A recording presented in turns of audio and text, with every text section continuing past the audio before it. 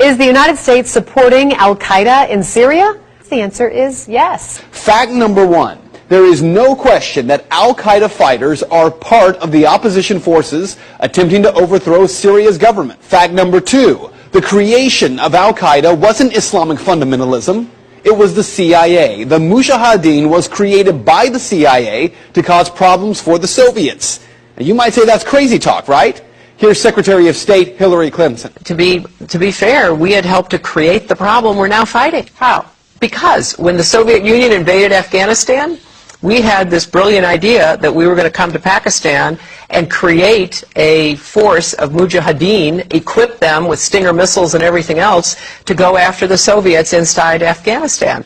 And we were successful. The Soviets left Afghanistan, and then we said, great, goodbye, leaving these trained people who were fanatical in Afghanistan and Pakistan, leaving them well armed, creating a mess, frankly, that at the time we didn't really recognize. We were just so happy to see the Soviet Union fall, and we thought, okay, fine, we're okay now. Everything's going to be so much better. Now you look back, the people we're fighting today, we were supporting in the fight against the Soviets. So it's not a conspiracy theory, it's history. And it's history that's being repeated in Libya and now in Syria.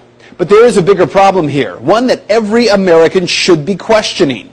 We're fighting al-Qaeda in Afghanistan, but we're also bombing al-Qaeda targets in Pakistan and in Yemen.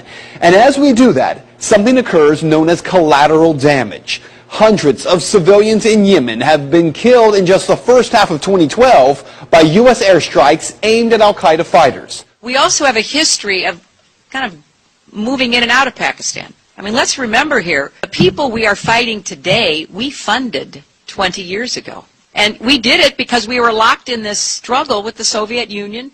They invaded Afghanistan, and we did not want to see them control Central Asia. And we went to work. And it was President Reagan, in partnership with the Congress, led by Democrats, who said, you know what, sounds like a pretty good idea.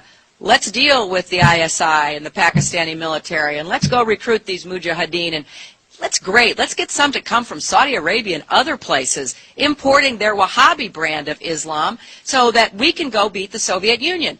And guess what? They retreated, they lost billions of dollars, and it led to the collapse of the Soviet Union. So there's a very strong argument, which is, wasn't a bad investment to end the Soviet Union, but let's be careful what we sow, because we will harvest.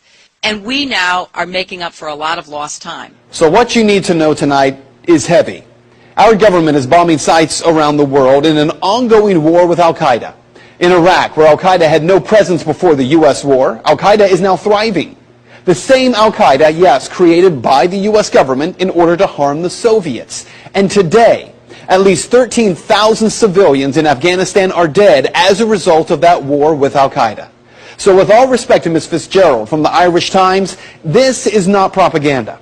Rather, it is a question that every American should be demanding answers on from Congress and from this president.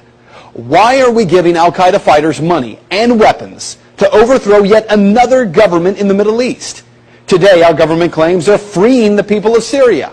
Tomorrow, if history tells us anything, we will be killing and wounding civilians in airstrikes and then referring to them as collateral damage in a war with an enemy who we brought to power.